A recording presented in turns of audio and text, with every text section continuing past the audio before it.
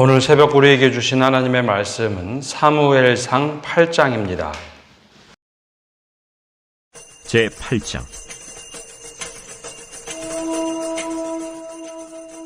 사무엘이 늙음에 그의 아들들을 이스라엘 사사로 삼으니 장자의 이름은 요엘이요 차자의 이름은 아비야라.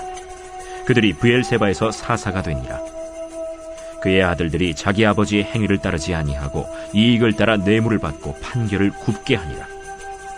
이스라엘 모든 장로가 모여 라마에 있는 사무엘에게 나아가서 그에게 이르되, 보소서, 당신은 늙고 당신의 아들들은 당신의 행위를 따르지 아니하니 모든 나라와 같이 우리에게 왕을 세워 우리를 다스리게 하소서. 우리에게 왕을 주어 우리를 다스리게 하라 했을 때 사무엘이 그것을 기뻐하지 아니하여 여호와께 기도하매 여호와께서 사무엘에게 이르시되, 백성이 내게 한 말을 다 들으라. 이는 그들이 너를 버림이 아니요 나를 버려 자기들의 왕이 되지 못하게 함이니라. 내가 그들을 애굽에서 인도하여 낸 날부터 오늘까지 그들이 모든 행사로 나를 버리고 다른 신들을 섬김같이 내게도 그리하는도다. 그러므로 그들의 말을 듣되 너는 그들에게 엄히 경고하고 그들을 다스릴 왕의 제도를 가르치라. 사무엘이 왕을 요구하는 백성에게 여호와의 모든 말씀을 말하여 이르되, 너희를 다스릴 왕의 제도는 이러하니라.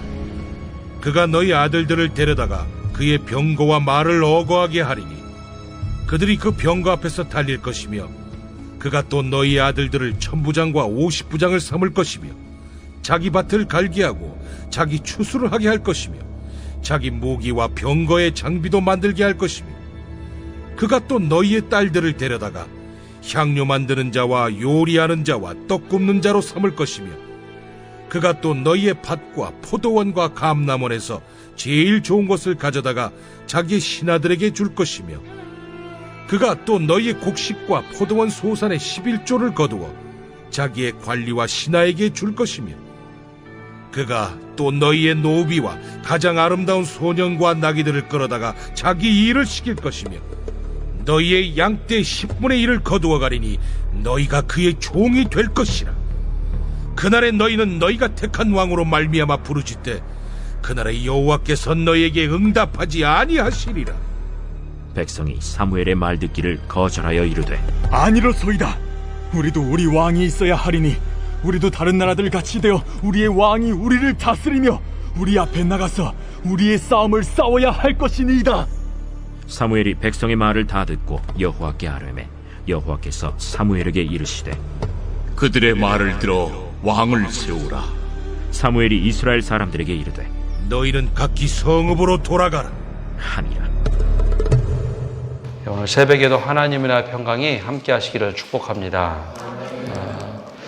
우리가 살아가면서 나는 절대 저러지 말아야지, 나는 저런 상황에 처하면 저렇게 행동하지 말아야지 하는 다짐들이 있습니다. 근데 막상 내가 그 자리나 그 상황에 처했을 때 우리 결심이 흔들리는 경우도 있고 또 역부족이다라고 생각할 때도 있습니다. 믿음의 지도자인 사무엘에게도 그런 순간이 찾아오는데요. 인생의 그늘이 지는 것은 사무엘이 노년 때였습니다. 사무엘이 어렸을 때 엘리 제사장 집에서 크게 되죠. 어머니 한나가 서원을 합니다. 하나님께 내가 아들을 낳는다면 드리겠다. 그래서 사무엘이 굉장히 어린 나이에 엘리 제사장 밑에 가서 배우도록 하죠. 그때 어린 사무엘의 눈에 들어왔던 일들 중에 하나는 엘리 제사장 아들들의 비행이었습니다. 제사를 악용하고 성소에서 봉사하는 여인들을 건드렸던 악행을 하는 모습을 사무엘이 듣고 보고 또 그런 이야기들이 온 이스라엘을 들떠들썩하게 만들었던 것을 기억하게 됩니다.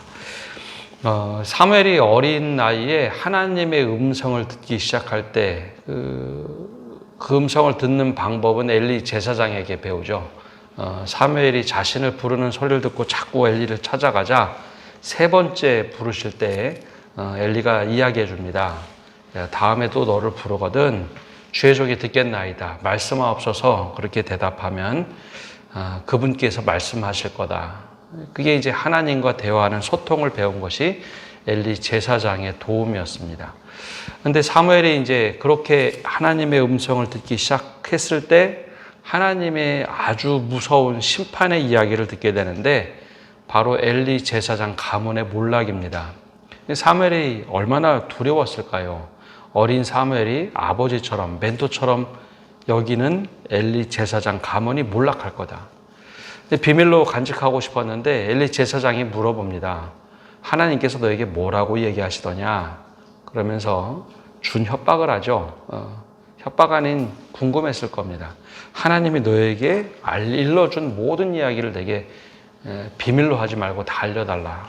그래서 하나님께 들었던 엘리 제사장 가문의 몰락을 이야기하자 그때 엘리 제사장의 반응이 아주 특이했습니다. 하나님은 선하시다. 선하신 하나님께서 하나님의 일을 하실 것이다. 그리고 나서 얼마 지나지 않아서 실제로 말씀대로 엘리 제사장 가문은 몰락하게 됩니다. 여러분, 그 얼마나 충격이었을까요? 내가 그 집에 들어가서 멘토처럼 여기던 엘리 제사장 가문이 하나님 말씀대로 몰락하는 것을 직접 보게 됩니다. 어려서 경험했던 것은 평생 가는데 하나님의 말씀을 평생 잊지 않고 살아갔겠죠. 그리고 하나님 앞에서 신실하게 살아가는 것. 그런데 사무엘의 노년이 되었을 때 그의 아들들을 사사로 삼습니다. 그들이 직접 사사가 됐는지 아니면 이스라엘 백성들이 사사로 추대했는지 잘 나오진 않지만 결국 두 아들들이 사사가 되죠. 근데 사사라는 직책은 제사장처럼 세습직이 아닙니다. 사사라는 직책은 이스라엘을 끌고 가야 될 제사장의 역할 그리고 또 지도자의 역할을 함께 수행하는 사람들이죠. 그런데 이 아들들이 잘못된 길을 걸어갑니다. 얼마나 마음으로 두렵고 또 걱정이 될까요? 그래서 3절에 보면 이렇게 기록되어 있습니다. 그의 아들들이 자기 아버지의 행위를 따르지 아니하고 이익을 따라 뇌물을 받고 판결을 굳게 하느니라. 이게 사무엘이 어렸을 때 보았던 엘리 제사장 가문이 몰락했던 출발이었죠. 사무엘이 무엇인가 해야 했습니다. 아들들에게 분명히 경고도 했을 테고 여러 가지 주의를 주었겠죠. 단 세습직이 아니라는 것은 분명하지만 사무엘이 옛날에 자식과 처음에 하나님의 말씀을 들었던 것에 반복이 되진 않는가 하는 걱정이 앞섰을 겁니다. 그런데 어느 날 이런 소문이 파닥에 퍼지게 되고 라마에 있는 사무엘에게 이스라엘의 모든 장로들이 찾아옵니다. 그리고 나서 요구하는 것이 있었는데 5절의 말씀을 요구하죠. 그에게 이르되 보소서 당신은 늙고 당신의 아들들은 당신의 행위를 따르지 아니하니 모든 나라와 같이 우리에게 왕을 세워 우리를 다스리게 하소서 한지라. 당신은 늙고 당신의 아들들은 당신의 행위를 따르지 아니니 우리에게 이제 왕이 필요하겠다라는 요구입니다. 근데 이게 사실 논리적으로 맞지가 않습니다. 사무엘에게 요구하려면 당신의 아들들이 행하는 일들을 당신도 아는 것처럼 우리가 지도자를 삼기에 적절하지 않습니다. 그러니 당신의 아들들에게 대한 경고를 하시던지 그런 요구를 하는 게 맞죠. 근데 엉뚱하게도 당신을 따랐고 당신의 아들들을 우리가 사사로서 따랐는데 이제는 그런 문제가 생기니 왕을 세워달라고 다른 민족처럼 왕을 세워달라고 요구를 하죠. 사무엘이 그 이야기를 딱 들었을 때 굉장히 충격이었을 겁니다. 이거는 사실 사무엘의 약점을 딱 꼬집어서 나쁜 정치를 하는 모습이었죠. 그래서 사무엘이 처음에 그걸 듣고 굉장히 좋게 여기지 않았습니다. 그리고 나서 사무엘이 한 것은 아들들에게 가서 너희 때문에 이런 일이 요구됐다가 아니라 하나님께 가서 기도하죠. 엘리 제사장과는 사뭇 다른 행동입니다.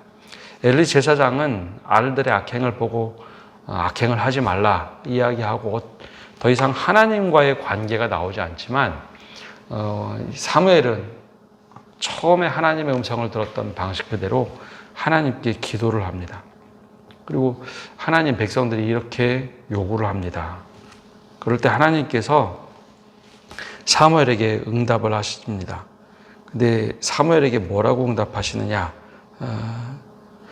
7절부터 응답하시는 이야기가 나오는데요. 이렇게 응답을 하십니다.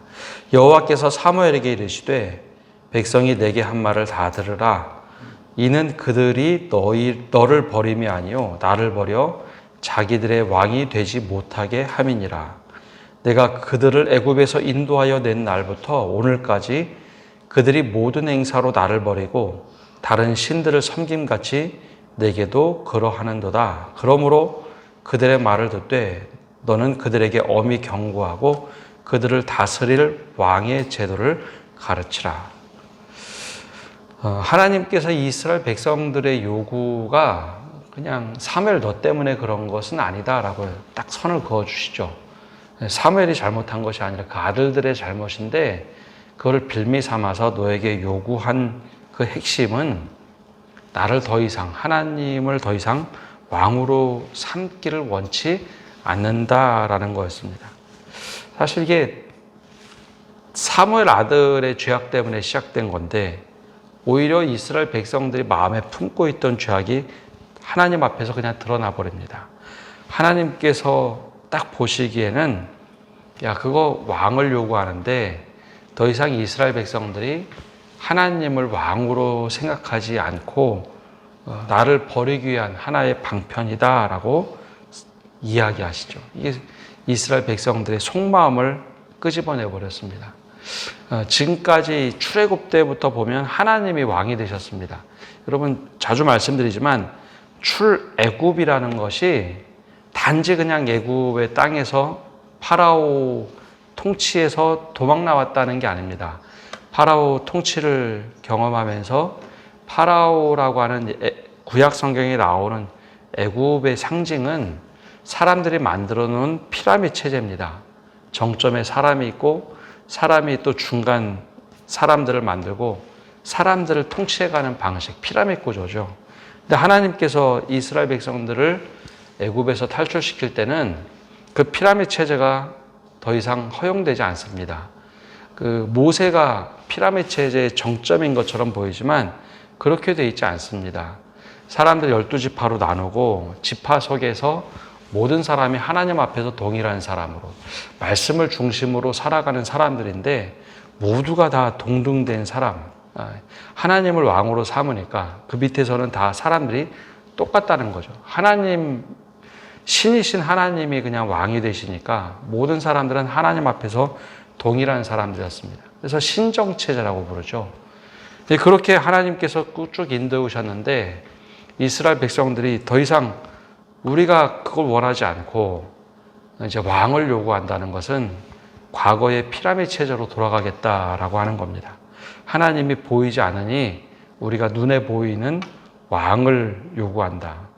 그러니까 눈에 보이는 것이 더 중요합니다라고 하는 죄악의 욕망들이 터져 나온 거죠. 근데 하나님께서 그 이야기를 쭉 들으시고 이스라엘 백성들을 너희 잘못했다가 아니라 그렇게 내 백성이 원한다면 내가 기꺼이 그렇게 따라주마. 왕을 세우도록 하라라고 사무엘에게 이야기를 합니다. 그 대신 왕은 그러면 어떤 왕정제도가 시작되면 어떤 일이 있을 것인가 하는 것을 10절부터 말씀을 18절까지 말씀을 하시죠. 사무엘을 통해서 얘기합니다. 그럼 어떤 왕이냐? 11절, 12절에 보면 크게 이렇게 시작을 합니다. 이르되 너희를 다스릴 왕의 제도는 이러하니라. 그가 너희 아들들을 데려다가 그의 병거와 말을 어거하게 하리니 그들이 그 병거 앞에서 달릴 것이며 그가 또 너희의 아들들을 1000부장, 50부장을 삼을 것이며 자기 밭을 갈게 하고 자기 추수를 하게 할 것이며 자기 무기와 병거의 장비도 만들게 할 것이며 쭉 이야기하시죠.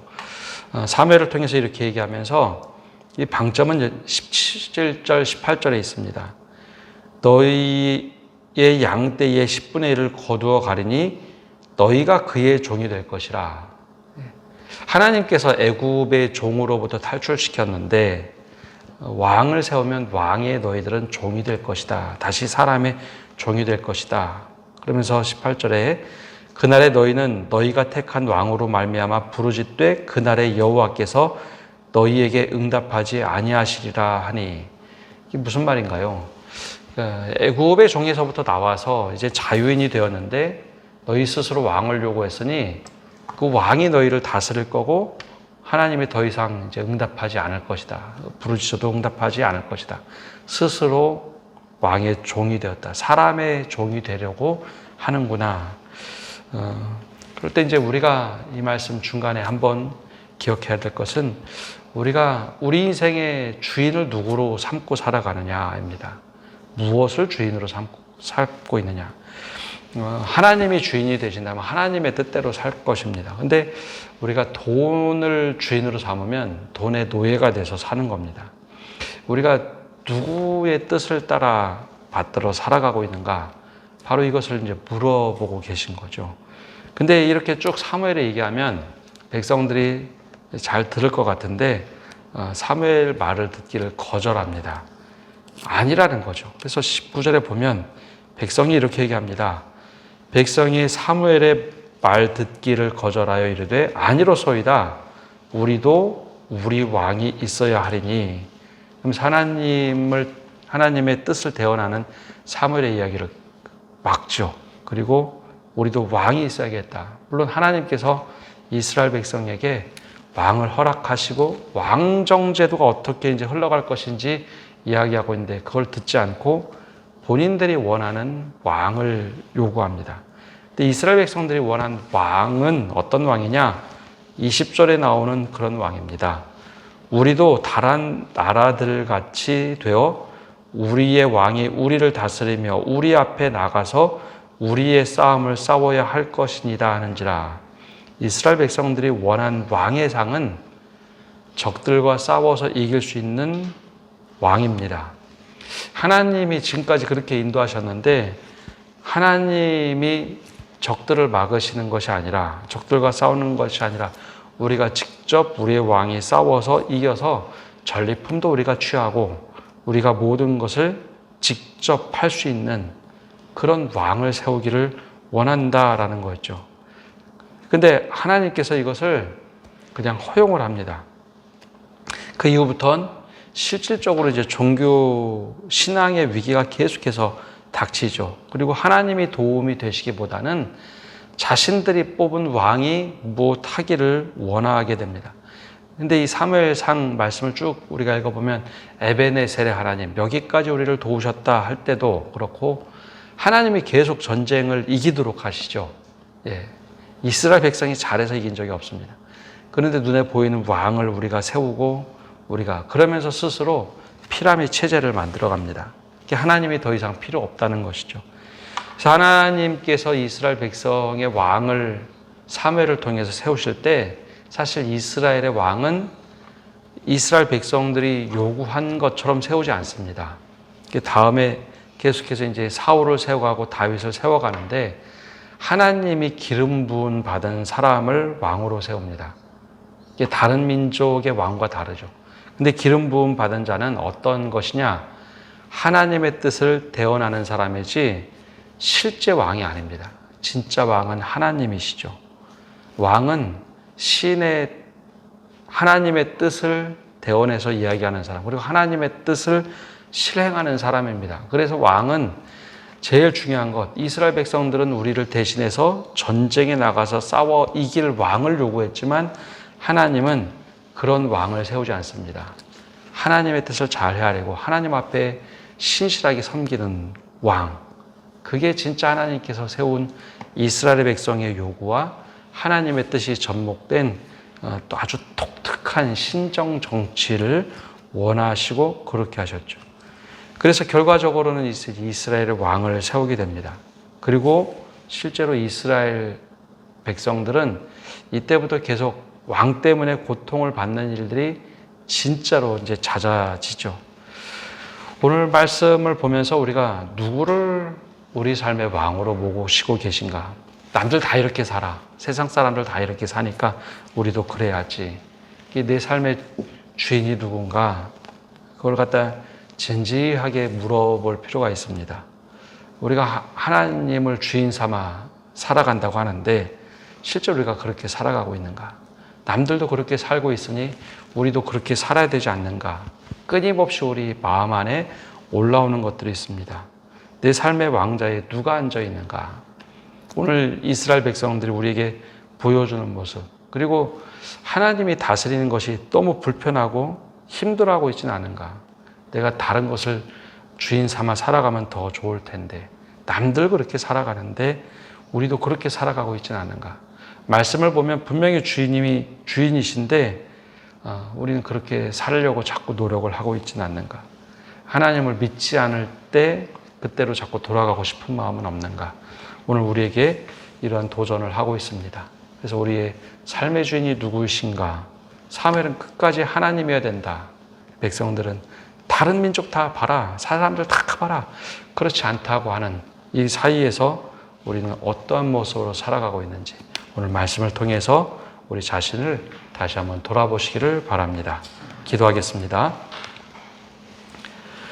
하나님, 오늘도 저희가 주님 앞에 나와서 말씀을 듣고 나갑니다. 주님, 하나님께서 우리에게 끊임없이 자유를 주시고 하나님이 주인 되셔서 살아가는 삶이 얼마나 평안한 삶인지, 때로는 우리의 삶에 그것이 얼마나 축복인지 이스라엘 역사를 통해서 보여주심을 감사합니다. 하나님, 그럼에도 불구하고 하나님을 믿지 않는 사람들의 모습을 들여다보면서 저 사람들의 모습을 보면 이것도 있고 저것도 있고, 결국 이스라엘 백성들이 하나님을 왕으로 택하지 않고 자신들이 원하는 왕을 세워서 스스로 다른 사람의 종이 되기를 원하는 우를 범합니다. 우리가 그런 삶의 모습은 있지는 않은지, 또 하나님께서 사무엘을 통하여 왕정제도의 폐해, 또 어떤 한계가 있는지 가르쳐 주시지만 그것에 귀 기울이지 않고 그것을 거부하고 그래도 여전히 우리는 왕이 필요하다라고 요구하는 그들의 마음속 깊은 곳에 죄악들이 터져나오는 모습을 봅니다. 우리도 여전히 그렇게 살아가고 있지는 않은지 우리가 말씀을 통해서 다시 한번 우리들의 모습을 들여다보게 하여 주옵소서. 오늘도 여전히 하나님이 우리의 삶의 주인이시고 왕이 되심을 기억하게 하시고 하나님의 말씀에 사로잡혀서 살아갈 수 있는 저희가 되게 하여 주시옵소서. 오늘 한날도 주님의 은혜 속에 살아가기를 간절히 원합니다. 주님께서 우리의 왕이 되어 주시옵소서. 모든 것을 주님께 맡겨드리며 예수님의 이름으로 기도합니다. 아멘.